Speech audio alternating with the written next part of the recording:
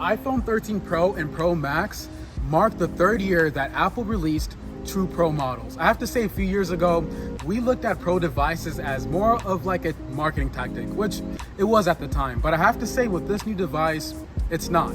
Yes, it's not that huge of an upgrade from the 12 Pro and 12 Pro Max. Yes, we do have bigger battery, the A15 Bionic chip, and a better camera system. And some people may say it's more of the iPhone 12s, but after you see the camera system on this device, I don't think you're gonna think that. It's actually pretty amazing. Let's get into this camera review completely shot on the iPhone 13 Pro.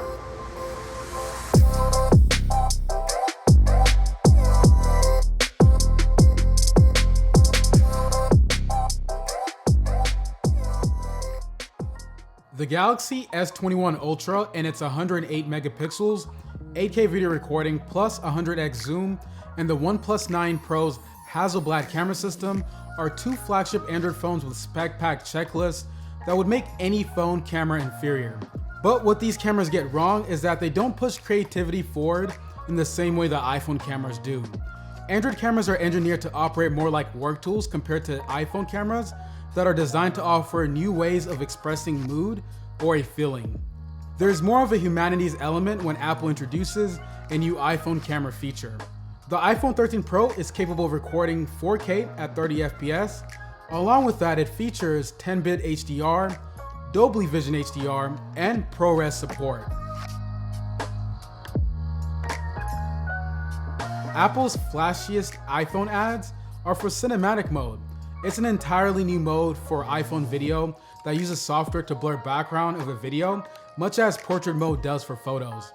Unlike portrait mode though, cinematic mode doesn't take advantage of the iPhone 13 Pro's LiDAR sensor for creating a depth map.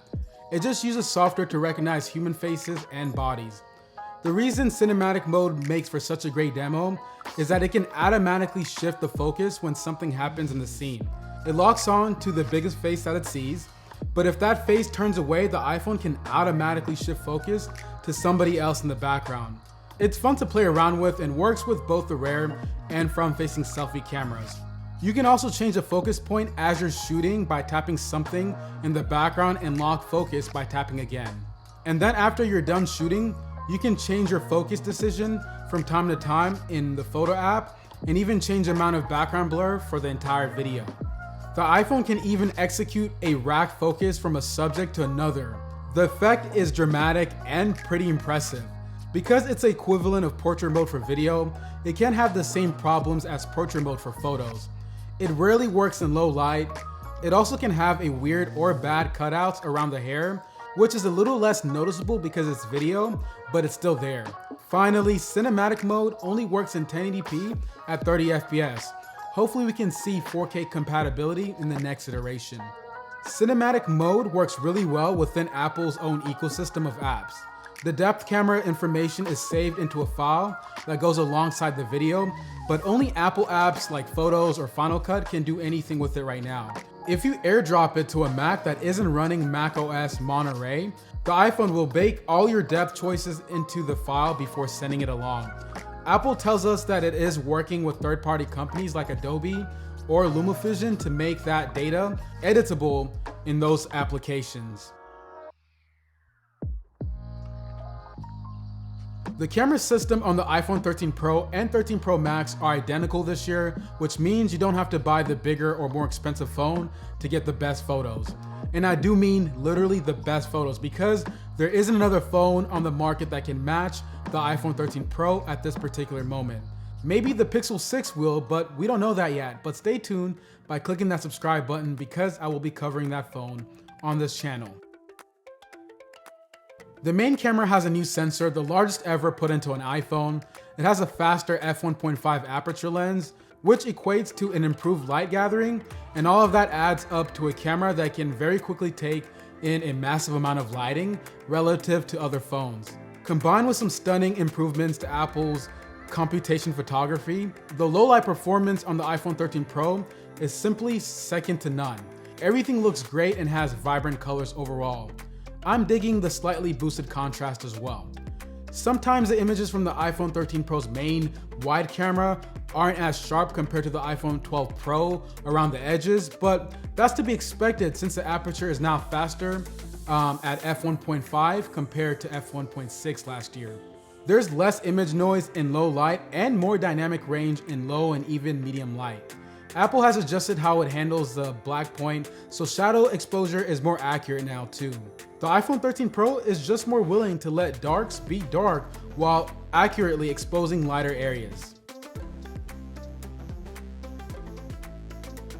The ultra-wide camera also got an upgrade in terms of taking in more light, but it's not a dramatic difference.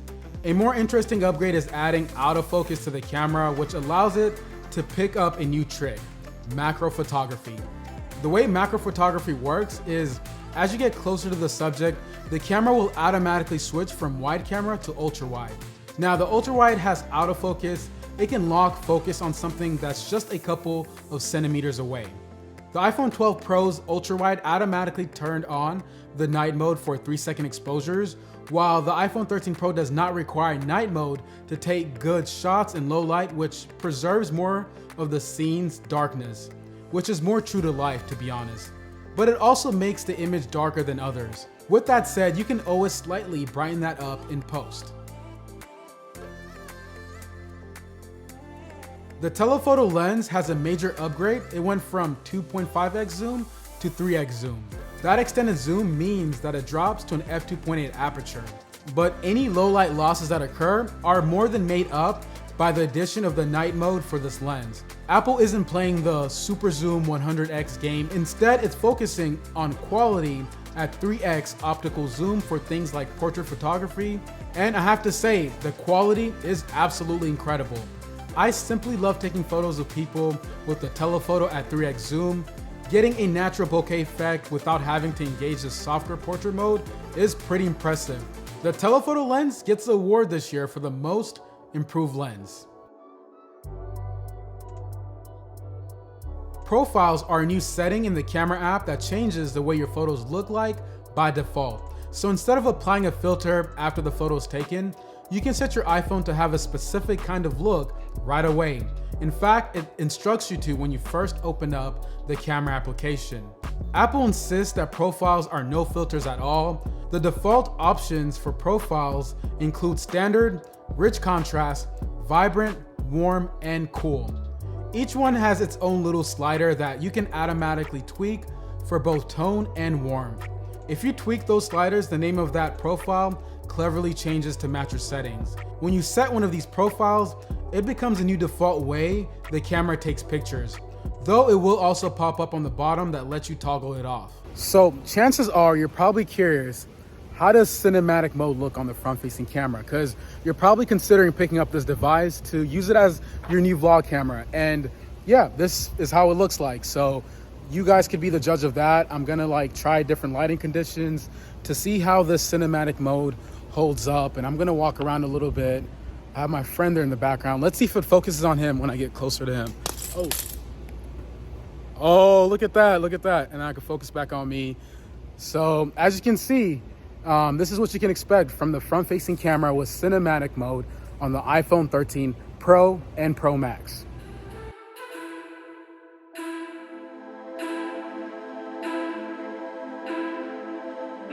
Overall, in terms of camera, Apple has really knocked it out the park this year with high-grade modes and better low-light camera and video recording upgrades. One of the most pro features is the ProRes mode, which gives you more control over the video editing. There are other smartphones with higher resolution sensors or more comprehensive advanced settings, but none come close to the iPhone's "it just works" mentality. With this update, the iPhone cameras suddenly became the best in the business. My name is Victor Kamanga. Thank you so much for watching. If you enjoyed it, be sure to leave me a thumbs up down below and stay tuned by subscribing for more iPhone 13 coverage. Bye.